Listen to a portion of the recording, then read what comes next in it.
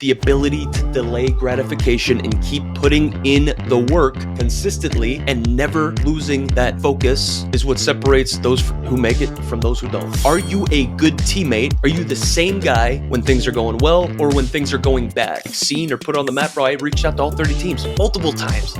I don't care. Most baseball players will never make it, not because they aren't talented, but because they don't get it. If you're still watching, maybe you're different. Let's find out. Obviously, we know baseball is hard, and committing to being the best baseball player that you can be is a hard choice, but it is a conscious choice. It is a commitment that you make day in, day out. So there are lies that players tell themselves to justify their situation and to remain average. And I know this because through my journey from little league to the big leagues in the 9-hole, being a collegiate walk-on with no Division I scholarship, from grinding through the minor leagues for 7 seasons before getting an opportunity, I understand this. The stuff that separates the good baseball players from the great baseball players is how they carry themselves, how they believe in themselves, and their commitment to getting better day in and day out. That is unwavering. So in this episode, we are going to jump into why most baseball players fail and how you can avoid it. So first and foremost, baseball does not care about your excuses. If you stop getting better, you lose. If you aren't getting better year after year, you're not better 365 days ago. Like if you aren't leaps and bounds better from last year, you are plateauing, okay? That means somebody is going to be taking your spot. And here's what most players don't understand about this, okay? Getting better isn't something that just happens. It is a choice. It is something that you have to be intentional about day in and day out in practice, year after year, season after season. And most players aren't capable of making that choice. Why? Well, because remaining average is comfortable. It's easy, okay? It's hard. Doing hard stuff and evolving and getting better year after year is tough. Most players aren't capable of making that commitment, okay? So let's talk about, before we get into all of these myths, how you can attack it, how you can be better in your career, let's talk about the lies that players tell themselves on why they can't do something, okay? So I was cut from my team, Legion, in 7th grade. So in middle school, I got cut from a team. In high school, I got cut from a team. My junior year, an elite travel team called the Carpenter Cup, where, like, dude, I was dying to make it. They're the best players in the county. I got cut from that team, okay? There are lies that players tell themselves on why they can't do something. And if I bought into the lies that were kind of swirling around in my head when I got cut, dude, I would have never been able to separate and maximize my career, man. Lies are the stuff that we tell ourselves around our career. When we buy into that stuff, dude, it holds us back, okay? So there are some lies that players tell themselves on why they can't do it. These lies are holding players back. I didn't get recruited, so I must not be good enough. That's a lie. I didn't get recruited, okay? Not enough people knew about me. I needed to outreach to every single Division I coach, every single school, and I needed to get in front of them. It needed to be strategic. Another lie. If my coach believed in me, he'd play me more. That's a lie, brother.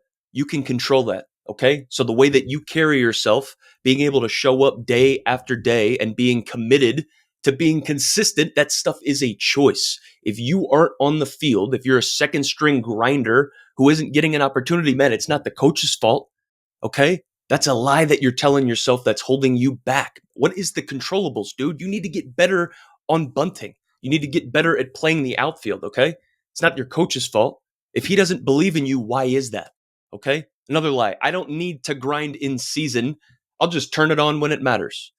Dude, if we aren't playing well, we need to strip it down and look at our practice. If we are not practicing at a championship caliber level, we can't expect to play at a championship caliber level. That doesn't just change during the season, okay? We can't just be grinding in the offseason and then coasting during the season. It doesn't work like that, all right?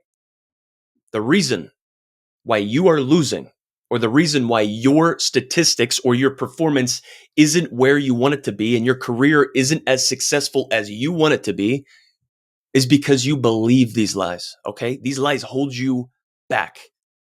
So this is going to be part of a weekly series that I'm going to be running here at the 9 Hole. Now that we are in season, the collegiate baseball season, professional baseball season, we are underway. So this is going to be a weekly series designed for you guys, aimed at top tier baseball players looking to maximize their in-season performance. It's going to help separate you guys from the competition. We're going to be diving into all of these things. And this week, dude, we are talking about why most baseball players fail and how you can avoid it. So let's get into it. Now,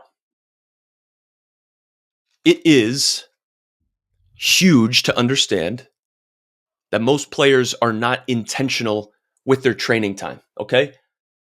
When we're coming up, when we're young, we're in youth baseball, we're in high school baseball, man, maybe even when we start getting into the lower college tiers, right? If we're a freshman, sophomore, sometimes maybe taking batting practice, dude, it can be a social event, right? Most baseball players waste their training time. They aren't fully locked in to practicing at a championship level. If you want to be a Division I baseball player, you have to practice like a Division I baseball player consistently. You have to put in the volume, you have to put in the time to develop the skill. Most baseball players waste their training time. They aren't focused, they aren't fully locked into what they are doing and committed, and they're either on autopilot or they aren't taking intentional reps. There's a myth surrounding this, okay? We've heard the quality over quantity aspect. The myth surrounding this is if I just show up and if I just take reps, I'll get better. In order for you to get better, you need to be getting after it in practice. You need to be testing the limits. You need to be failing. You need to be seeing what your deficiencies are, what your capabilities are. You need to be building on it, dude. Most baseball players waste their training time. They aren't performing at a championship or high level in their practice. And then they wonder why they can't hit 300 or make the team during the season. Okay? The best baseball players, they train with intent. They train with purpose, on purpose, and they train with intensity. These are game-like reps. These are what the best players do. There's a difference between mindless reps, just going through the motion, and game speed training. I'm talking like turning up the machine as high as it goes and battling, taking live ABs and locking in and actually trying to have a successful quality at bat. Most baseball players waste their training time in season, off season, whatever the case is. Okay. Number two, this is also going to help maximize your in season performance. You are not a first round pick. Stop acting like it. Stop acting like things are just going to happen for you. People are just going to stumble upon you. I stand firm on the belief that if you're good enough, people will find you. But here's the thing, brother. You are not a first round draft pick. This was some great advice that was given to me. I was sat down. I was starting to become in like the draft news buzz. And I'm like, dude, people are talking to me about being a third day draft pick, which was like, the 10th round on. And I'm like, dude, I'm the man, right? Dude, you are not a first round pick. So you are actually going to have to grind off the field as much as on the field in order to get recruited, in order to get scouted, in order to get an opportunity. All right. Myth surrounding this. All right. There are baseball players that have this myth. They are fully bought into this. Okay. If I'm good enough, coaches will find me. Yes. You know what? When it boils down to it, dude, if you are good enough and you are playing up with the competition and there are people that are draft worthy and there are scouts that are showing up to watch these games, dude, if you're good enough, the coaches might find you. Okay. But here's the thing. If you are not a first round draft pick, we can't just be fully bought in on that. We have to make things happen. In order for you to actually get recruited, actually get scouted, dude, you need to do a lot of the legwork. Okay. If you're not putting yourself out there, dude, you don't exist. I was coming up in an area where like baseball wasn't huge. Okay. Like Pennsylvania wasn't necessarily that great in like baseball wise. Okay.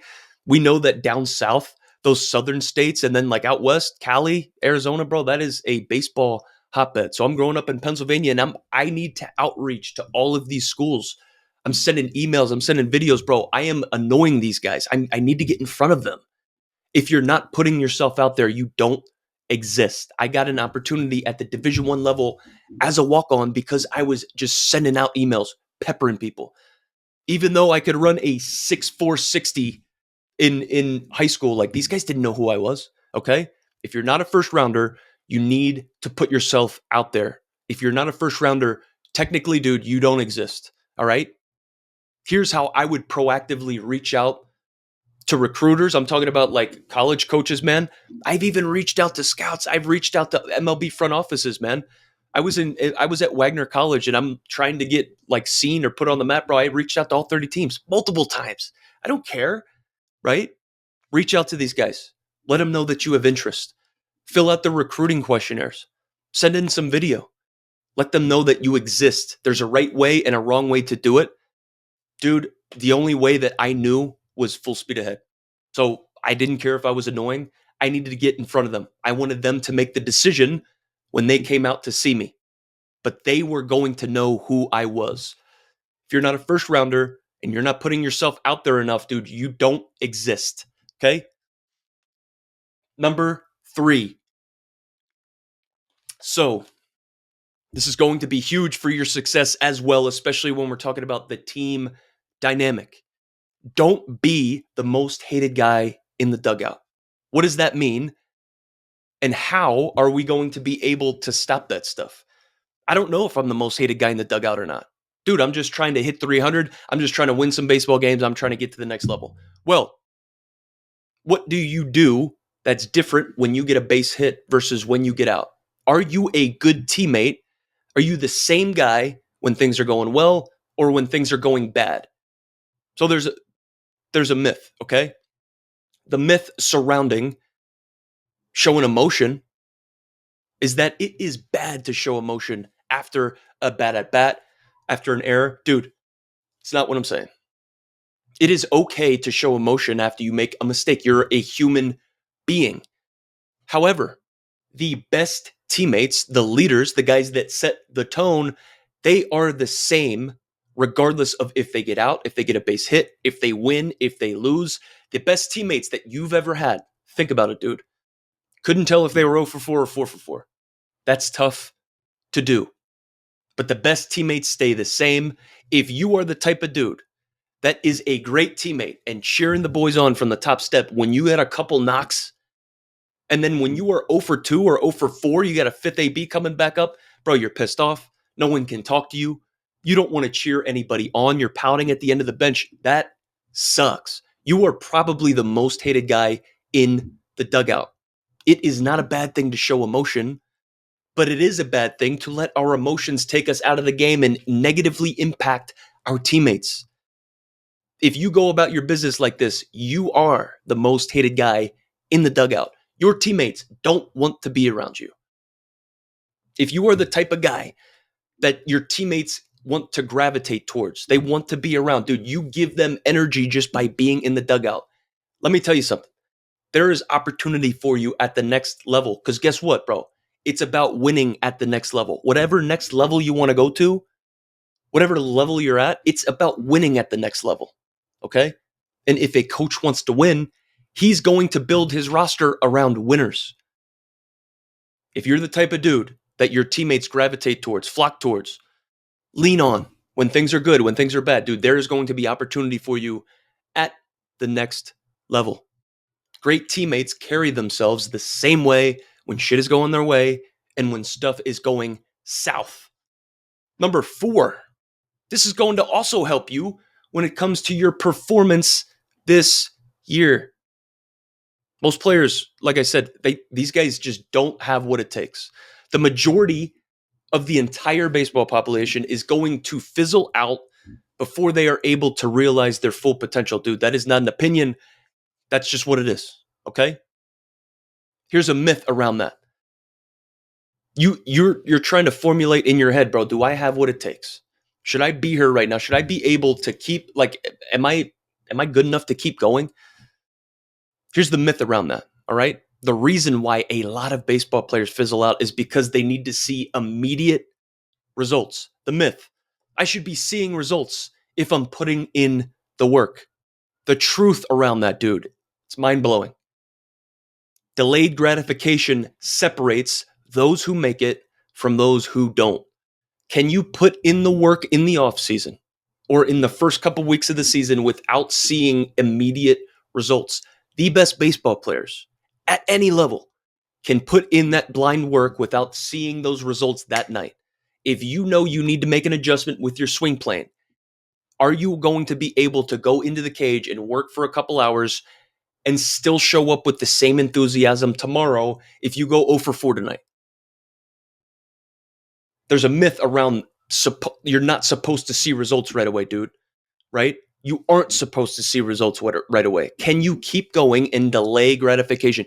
Do you need to be told after every single round, every single swing, bro, good swing, good round, dude? Do you need to get a pat on the ass after every time you hit a home run in BP, dude? Or can you delay gratification? Oftentimes, the ability to delay gratification and keep putting in the work consistently and never losing that focus is what separates those who make it from those who don't. Okay. Personal story here. 27 years old in minor league spring training in 2019. This is the year that I debuted in the big leagues. I am 27 years old and I am in minor league spring training. I'm the oldest guy in minor league spring training, and here I am backing up teenagers in major league spring training. I was just in major league spring training the year before, 2018. Now it's 2019. And I get slapped. I just get a backhand. I get slapped in the face. Bro, you're in minor league spring training. Oldest guy there. Go be an example. Okay. And here I am having to come over during these major league games in spring training and back up teenagers coming off the field who haven't played better than me, who haven't made it past AA. I'm coming in for these guys. What are we doing, dude? About dude, literally 4 months later, right? So we're talking about April. The season starts in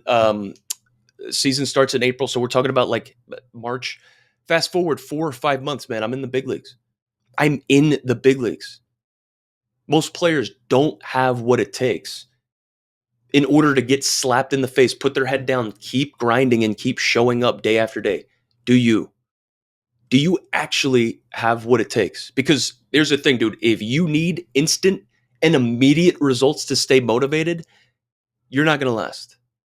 I'm the type of dude that is going to outshine you over X amount of seasons, over X amount of time. I don't know what amount of time that's going to be. Everybody's career trajectory is different than everybody else's. Everybody's timing is different.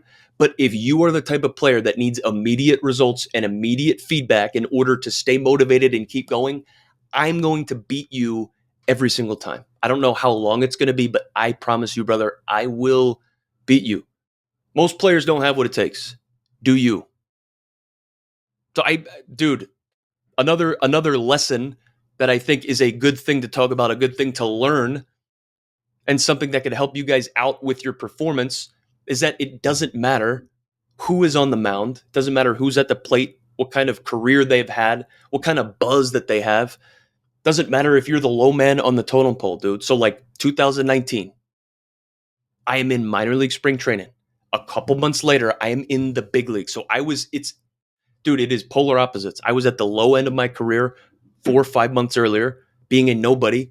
Okay. Oldest guy in spring training, backing up young guys. And then 5 months later, dude, I'm in the big leagues on top of the world. So this is the time that I got a base hit, my first major league base hit off of a 2-time MLB All-Star, and what it taught me.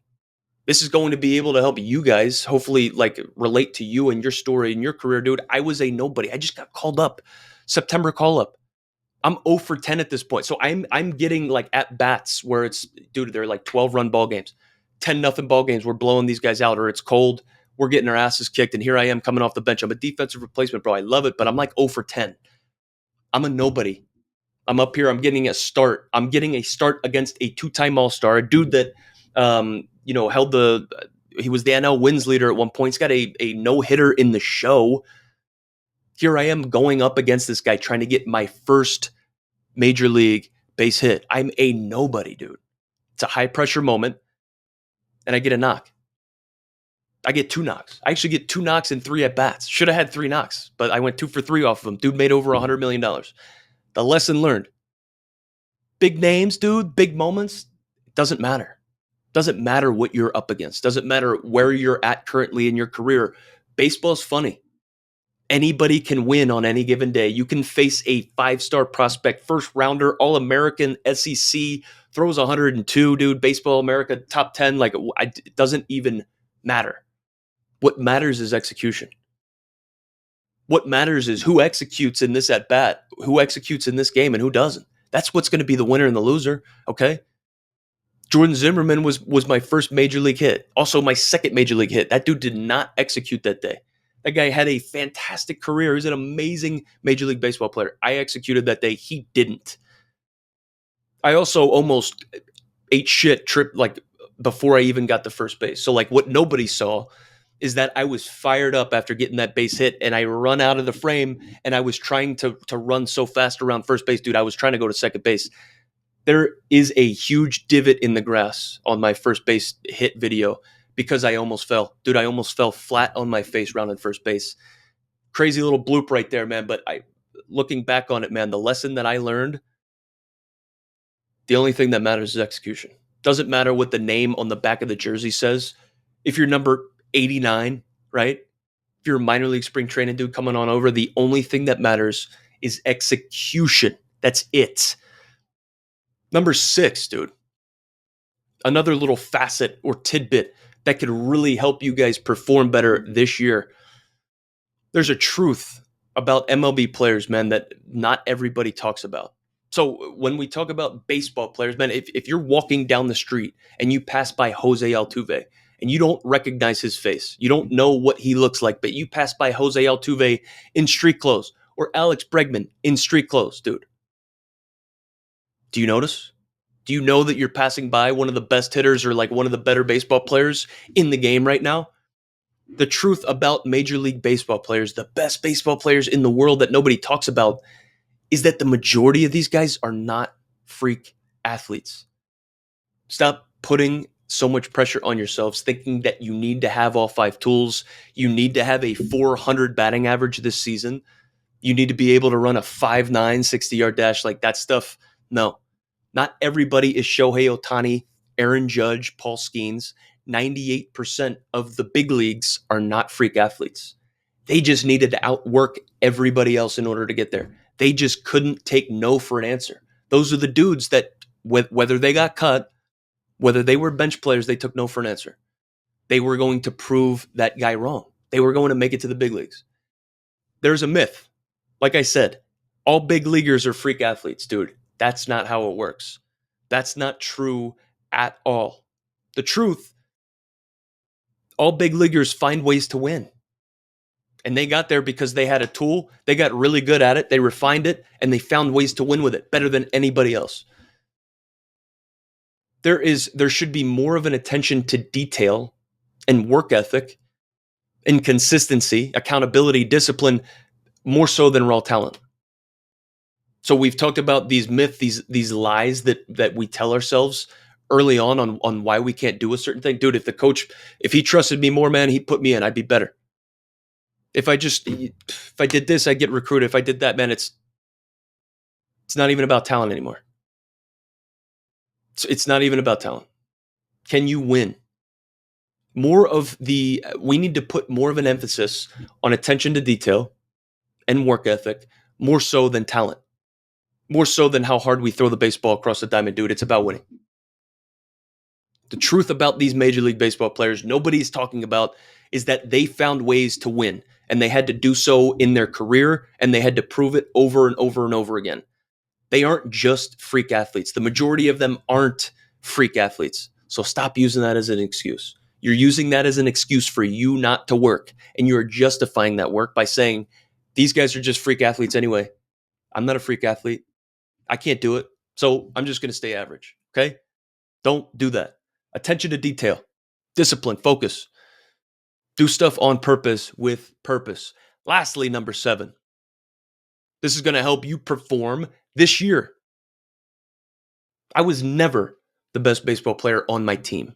Never. And I still made it to the big leagues. I was never the highest regarded player on my team. I never had the most buzz about me, dude. If I was in high school, if I was in college, man, if you were to ask if you thought Ian Miller would be a major league baseball player, bro, if you knew me, if you were my teammate, you watched me play, you would say absolutely not. Now, if you asked me, on the other hand, I would say abso-fucking-lutely. Okay? But I was never the best baseball player on my team, and I still made it. Talent will get you a head start in the race, dude. But if you want to make it to the big leagues or you want to maximize your career, whatever the big leagues is for you, whatever the pinnacle is for you, you don't necessarily have to be the most talented guy to get there. It comes down to that work ethic. It comes down to that attention to detail. There's a myth. The myth, the lie that these players tell themselves, maybe what you are telling yourself.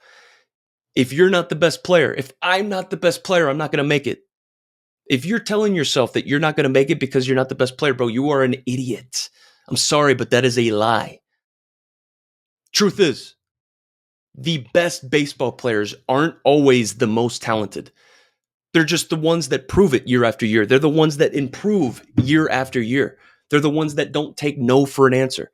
They keep plugging. They keep showing up with the same enthusiasm day after day, even if they went 0 for 4 or they went 4 for 4. They still show up ready to grind, dude. You don't have to be the best baseball player now. In order for you to get to the big leagues in 10 years, you do not have to be the best baseball player now. That is such a big lie. Stop telling yourself that. The compound effect, exponential growth over time, bro. If you just stack little wins over time, day after day, week after week, month after month, season after season, you get exponential growth. You get exponential momentum. That's the compound effect, dude. Guys that just rest on their talent, they feel like they're the best baseball player. They aren't going to put in the work every single day, especially when stuff is going their way. The compound effect happens after time when we stack little wins and we keep getting after it. I hope you guys learned something here, okay? There are lies that baseball players tell themselves. And the reason why most baseball players fail is because they believe it. They believe these lies. You guys can avoid that by locking in to these things, okay? The reason why you aren't playing it, dude, it's not your coach's fault, okay? The reason why you aren't getting recruited, dude, it's not anybody's fault but your own. You're not getting recruited doesn't necessarily mean that you're not good enough, dude. These guys these guys don't know you exist right now. Put yourself out there. I don't need to work hard in season, bro. I can coast in season. It's just about showing up and being athletic, dude. That's not how it works. Okay. The reason why the majority of you guys are losing or are going to lose and fizzle out is because you believe this stuff. Okay. Throughout the grind, the external factors cannot influence the internal voice. This is going to be a weekly series, and we're going to keep getting better. The players that make it aren't necessarily special. They're not more special than you. They just stay consistent when others quit. When you are going to quit, those players keep going. They're not special. They just outlast the adversity. If you're still here, you're different. If you're still watching this, you're different. But are you acting different? Are you going about your business differently? Drop a comment down below. What is one thing that you are committed to changing today that is going to help you dominate this year? Leave a comment down below, bro. I'd love to see it. Let's talk about it. Next week, we're going to be breaking down a major league approach, a major league plan, what that looks like, having an idea when we're about to compete, go up to the plate. You are not going to want to miss this. Appreciate everybody for tuning in. See you guys back here again next time. And as always, keep grinding.